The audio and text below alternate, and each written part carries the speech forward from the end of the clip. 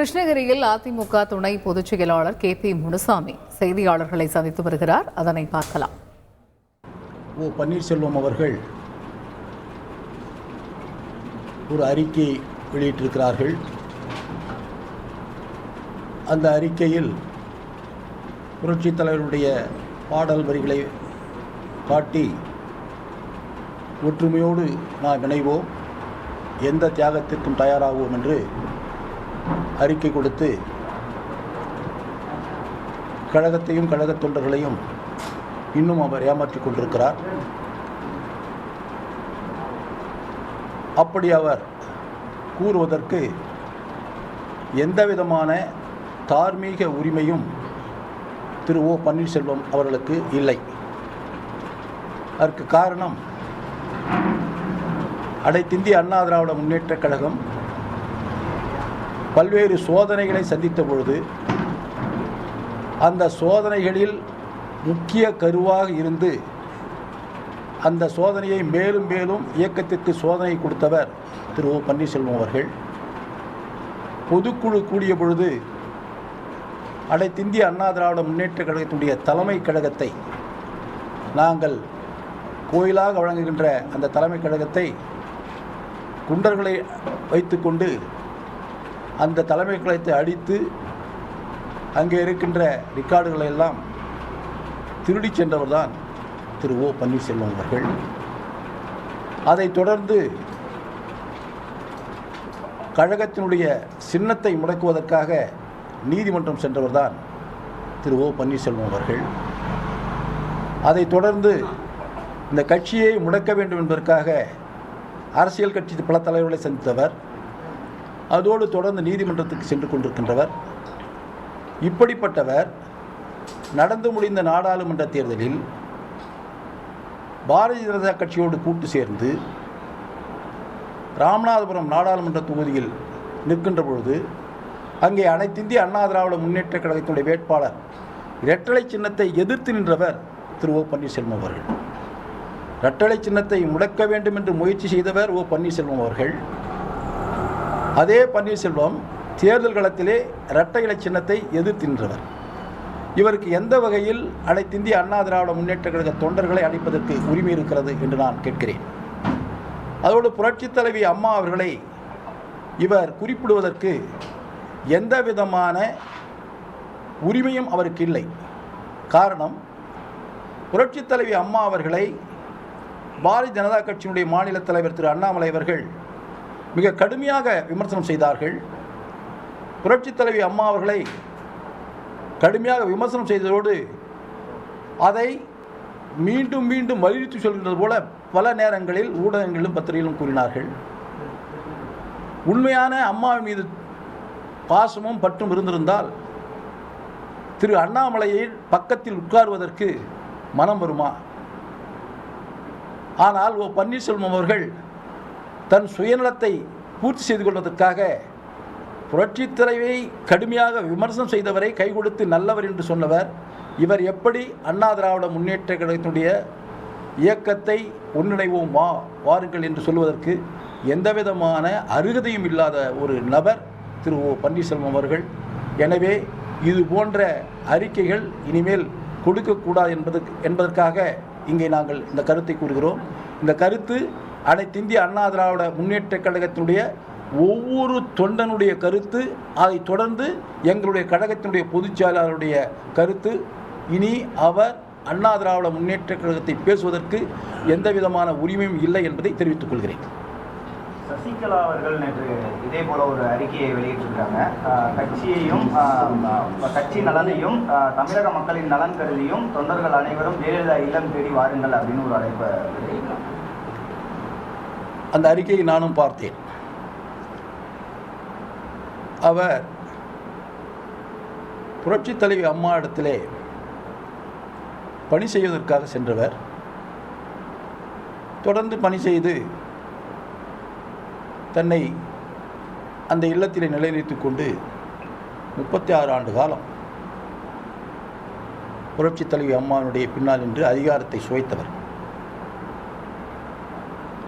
அப்படி சுயித்தவர் என்று இந்த இயக்கத்தை காப்பாற்றுவேன் வாருங்கள் என்று கூறுகிறார். அநேகமாக அந்த அறிக்கை வெளியேந்து 24 மணி நேரம் ஆகியிருக்கும் என்று நான் கருதுகிறேன். அந்த அறிக்கையில் ஒரு கருத்தை சொல்லியிருக்கிறார். அனைவரும் வாருங்கள், நான் அம்மாவைப் போல எந்தவித பிரதிபலனும் இல்லாமல் உங்களுக்காக இருக்கிறேன். அவர் குடியிருக்கின்ற வீட்டிற்கு அம்மாவுடைய திருநாமத்தை வைத்திருக்கிறார். ஜெயலலிதா இல்லம் என்று வைத்திருக்கிறார். அந்த ஜெயலலிதா இல்லத்திற்கு வாருங்கள் என்று கூறியிருக்கிறார். 24 மணி நேரத்தில் எத்தனை பேர் சென்றார்கள் என்பதை ஊடக நண்பர்கள் நீங்கள் பார்த்து தெரிந்து கொள்ளுங்கள். எப்படியாவது குழப்பத்தை ஏற்படுத்த வேண்டும் என்பதற்காக ஒரு சிலர் முயற்சி செய்து கொண்டிருக்கிறார்கள். அந்த குழப்பத்தை தாண்டி தெளிவான முறையில் எங்களுடைய கழகத்தினுடைய பொதுச் செயலாளர் போற்றுதற்குரிய எடப்பாடியார் அவர்கள் அனைத்து தொண்டர்களையும் அரவணைத்து, அனைத்து நிர்வாகிகளையும் அரவணைத்து கட்சியுடைய செயல்பாடுகளில் தீவிரமாக செயல்பட்டு கொண்டிருக்கிறார். அதற்கு ஒரே ஒரு உதாரணத்தை மட்டும் சொல்ல விரும்புகிறேன். 2019 நடைபெற்ற நாடாளுமன்ற தேர்தலில் அப்பொழுது எங்களோடு அனைத்து இந்திய அண்ணா திராவிட முன்னேற்ற கழகத்தினுடைய தலைமையில் கூட்டணியில் பாரதிய ஜனதா கட்சி இருந்தது, தேசிய முற்போக்கு திராவிட கழகம் இருந்தது, பாட்டாளி மக்கள் கட்சி இருந்தது, புதிய நீதி கட்சி இருந்தது, புதிய தமிழகம் இருந்தது, ஜி.கே. வாசன் தமிழ் மாநில காங்கிரஸ் இருந்தது.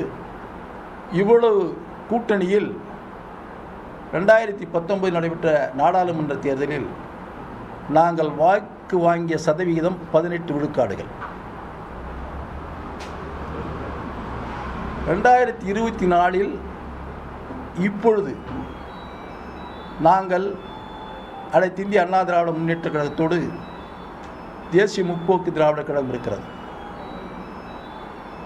இப்பொழுது நாங்கள் வாங்கிய வாக்கு சதவீதம் 20.46% பெற்றிருக்கிறோம். 2019 திராவிட முன்னேற்ற கழகம் 33.52 விழுக்காடுகள் பெற்றிருந்தது.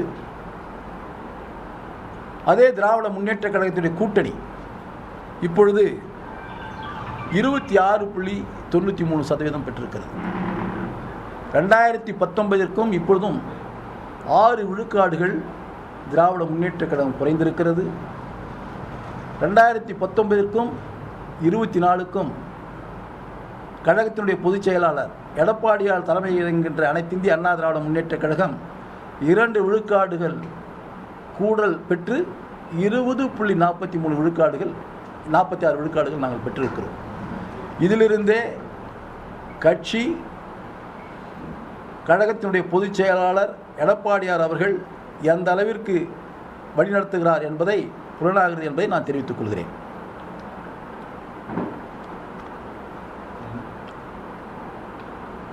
நீங்கள் தனித்து போட்டியிட்டு இருக்கீங்க. தனித்து போட்டியிடும்போது இப்போ ஒரு கருத்து என்ன நிலவுதுன்னா, இதே கூட்டணியோட இணைந்திருந்தா, உதாரணமாக கிருஷ்ணகிரியிலே பார்க்கும்போது பாஜக கூட்டணியும் அதிமுகவும் இணைந்து அந்த வாக்குகளை பார்க்கும்பொழுது கிட்டத்தட்ட ஒரு 25,000 வாக்கு வித்தியாசத்தில் வெற்றி பெற்றிருந்திருக்கலாம். அந்த அடிப்படையில் தமிழகம் முழுவதும் குறைந்தபட்சம் ஒரு 50% தொகுதிகளையாவது வென்றிருக்கலான்ற ஒரு கருத்து நிலவும்.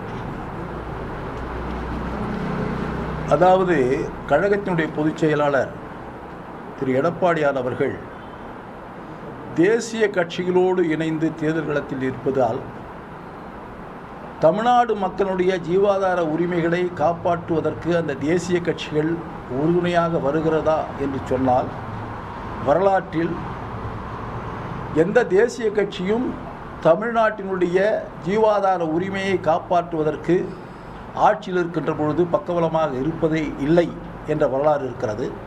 அதற்கு ஒரே ஒரு உதாரணம், 1998 இதய தெய்வம் டாக்டர் புரட்சித் தலைவி அம்மா அவர்கள் தலைமையில் கூட்டணியில் அன்று தென் மாநிலத்திலேயே பாரதிய ஜனதா கட்சி காலூன்றாத நேரம், புரட்சித் தலைவி அம்மா அவர்கள் பாரதிய ஜனதா கட்சியை அறிமுகப்படுத்தி அன்றைய பிரதமராக வர இருக்கின்ற மாண்புமிகு மறைந்த வாஜ்பாய் அவர்களை சீரணி அரங்கத்தில் ஒரு மிகப்பெரிய மேடை போட்டு தேர்தல் களத்தை நின்று வெற்றி பெற்று பாரதிய ஜனதா கட்சியினுடைய தலைவராக திரு அடல் பிகாரி வாஜ்பாய் அவர்களை பிரதமராக்கினார்கள். அப்படி ஆக்கிய பின்பு 13 மாத காலத்தில் புரட்சித் தலைவி அம்மா அவர்கள் 4-5 முறை சந்தித்து காவிரி நதிநீர் பிரச்சனை பற்றியும் முல்லைப் பெரியார் பிரச்சனை பற்றியும் பிரதமரிடத்தில் எடுத்துச் சொல்லுகின்ற பொழுது அவர் பாராமுகமாக இருந்து விட்டார். அதை வைத்துக்கொண்டு புரட்சித் தலைவி அம்மா அவர்கள் நம்முடைய நாட்டு மக்களுக்கு, நம்முடைய மாநில மக்களுக்கு தேவையான உரிமைகளை பெற்றுக் கொடுக்காத இந்த ஆட்சியில் நாம் ஏன் இருக்க வேண்டும் என்பதற்காக ஆட்சியிலிருந்து வெளியேறினார்கள். எந்த கட்சியும் ஒரு மத்தியில் ஆட்சி செய்கின்ற பொழுது, அந்த ஆட்சியில் அங்கம் வைத்துக் கொண்டிருக்கின்ற பொழுது அந்த அதிகாரத்தை சுவைப்பதற்காகத்தான் இருப்பார்கள். அதற்கு உதாரணம் திராவிட முன்னேற்ற கழகம். ஆனால் புரட்சித் தலைவி அம்மா அவர்கள் தன் மாநில தேவைகளை பூர்த்தி செய்யவில்லை என்ற உடனேயே அவர்கள் விலகிவிட்டார்கள். அதற்கு அவர் உதாரணம். ஆனால் திராவிட முன்னேற்ற கழகம் அதே பாரதிய ஜனதா கட்சியோடு மத்தியில் ஆட்சியில் இருந்தது, காங்கிரஸ் கட்சியோடு மத்தியில் ஆட்சியில் இருந்தது. அவர்களால் இந்த காவிரி நதி நீர் பிரச்சனையை அரசின் வாயிலாக முடிவு கொண்டு வர முடிந்ததா? முடியவில்லை. மாறாக புரட்சித் தலைவி அம்மா அவர்கள் சட்ட போராட்டம், நீதிமன்றத்திற்கு சென்று, உச்ச நீதிமன்றத்துக்கு சென்றுதான் காவிரி நதி பிரச்சனையை தீர்த்தார்கள். அதைத் தொடர்ந்து எங்களுடைய பொதுச் செயலாளர் முதலமைச்சராக பொழுது அதற்கு ஒரு வடிவம் ஏற்படுத்தி கொடுத்தார்கள். இதை மனதில் நிறுத்தி கொண்டுதான் எங்களுடைய பொதுச் செயலாளர் அவர்கள் தேசிய கட்சிகள் எந்த சூழ்நிலையிலும் நமக்கு உதவாத இருக்கின்ற நேரத்தில் ஏன் அவர்களோடு நாம் கூட்டு சேர வேண்டும், நாம் நம் உரிமையை காப்பாற்றிக் கொள்வதற்காக நம் மக்களிடத்தில் செல்வோம், இதை எடுத்து சொல்வோம், மக்கள் வாக்களித்து நாம் நாடாளுமன்ற உறுப்பினராக செல்வோம் என்று சொன்னால் எப்படி 2014 காவிரி நதிநீர் பிரச்சனையில் 38 நாடாளுமன்ற உறுப்பினர்களும் 22 நாட்கள் நாடாளுமன்றத்தை முடக்கி தன்னுடைய மாநிலத்தினுடைய கோரிக்கையை முன்வைத்தார்களோ அதை போல நாம் வெற்றி பெற்று யார் ஆட்சிக்கு வந்தாலும் நம் தமிழகத்தினுடைய உரிமைகளை வென்றெடுப்பதற்காக செல்வோம் என்றுதான் நாங்கள் தேர்தல் களத்தில் நின்றோம்.